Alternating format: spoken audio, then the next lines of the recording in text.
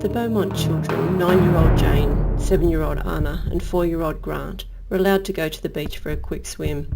Nancy Beaumont, their mother, had given Jane money for the bus fare and for a drink each at the beach.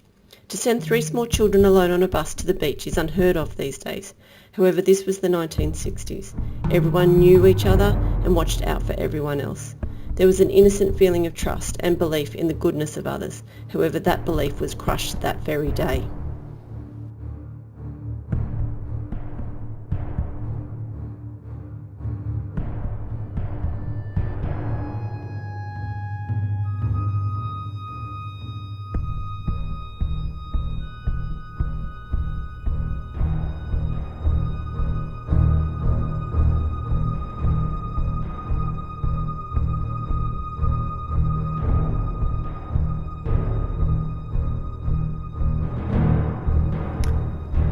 The trip was only about 5 minutes long from their home to the beach.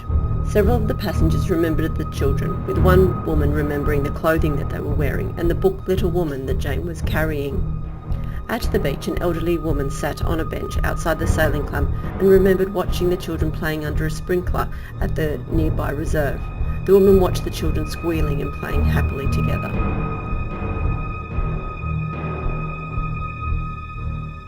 The elderly woman also noticed something else. A man in blue swimming shorts was lying in the sun close to the children. He was also watching them, and soon he was playing with them under the sprinkler. The lady on the bench saw the children again at midday in the company of the same man. She had assumed it was their father. He approached the woman and asked if she had seen anyone near his belongings, and money had been stolen from his wallet. Another couple watched as the Beaumont children changed out of their swimwear with the help of the man in the blue swimming shorts and headed towards Glenelg Hotel. The couple believed they headed towards the beach change rooms. The children were not seen again until later in the same afternoon. According to the Beaumont's postman, he saw the children walking towards the bus stop at the beach. He could not recall seeing anyone else with the children, believed that they were actually alone. His sighting was either at 1:45 at the start of his route or at 2:55 at the end. Regardless of the time, it would be the last moment the children were seen. What happened next remains a mystery to this day.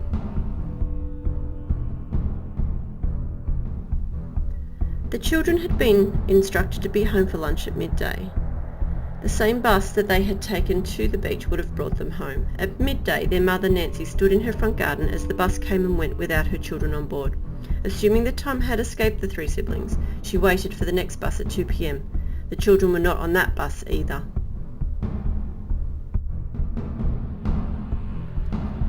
By 3 p.m, 5 hours since she last saw her children and 3 hours since they were due home, Nancy was in a state of panic. Friends and family came to help search for the children.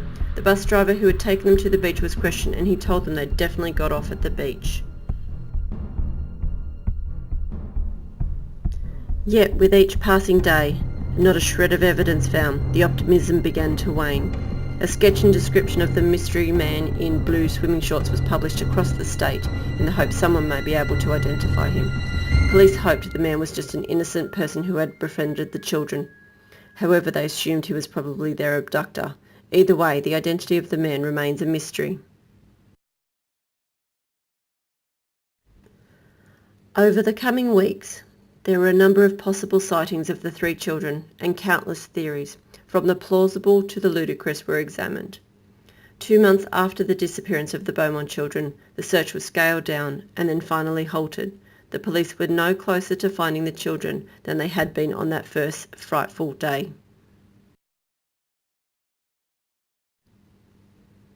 A final glimmer of hope appeared in late February 1968, over 2 years after the 3 children disappeared. A letter arrived in the mail in handwriting similar to Jane's. The letter gave instructions for Jim Beaumont to meet the kidnapper and the children at the post office.